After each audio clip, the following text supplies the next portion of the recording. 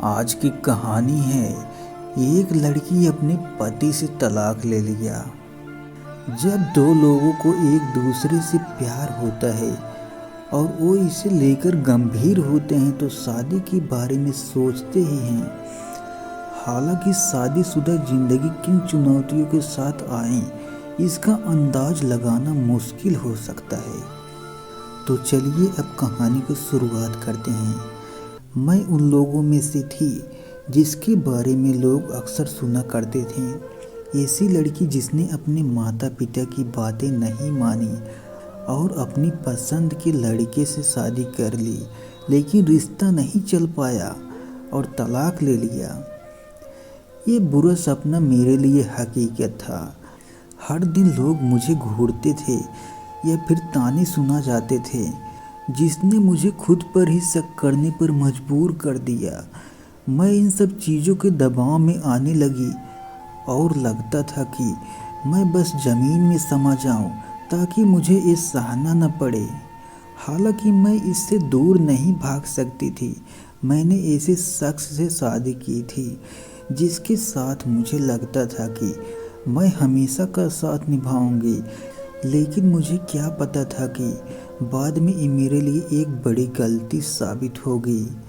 मेरी और ध्रुव की मुलाकात तब हुई थी जब वह एक स्ट्रगलिंग सिंगर था। वह बार और रेस्टोरेंट में गाया करता था। वह इससे होने वाली कमाई से घर के खर्चा उठाता था। वह बहुत ही आकर्षक व्यक्ति था और उसकी आवाज़ ने मेरा दिल जीत लिया था। मैं उस पब में काफ़ी ज़्यादा जाती थी जहाँ वह सिंगिंग करता था। उस समय मैंने बतौर बगैर अपने करियर की शुरुआत की थी। एक दिन मैंने हिम्मत कर उससे बात की।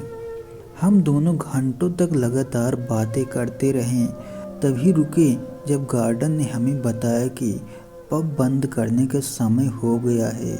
कुछ महीने बाद हमें एक दूसरे से प्यार हो गया था। हम डेट पर जाने लगे और मैं उसके म्यूजिकल शो के लिए मदद करने लगी।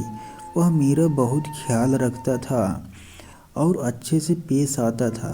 ध्रुव मुझे अच्छे से समझता था और जब मैं उसके साथ होती थी तो बहुत खुशी महसूस होती थी।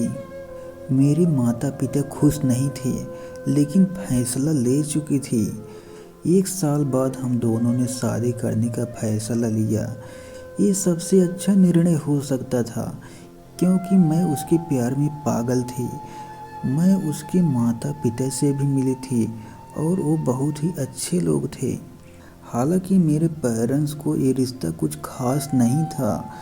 उनका कहना था कि लड़के के पास कोई असली काम नहीं है और वह अभी भी संघर्ष ही कर रहा है, जिस वजह से हमारा भविष्य सुरक्षित नहीं बन सकेगा।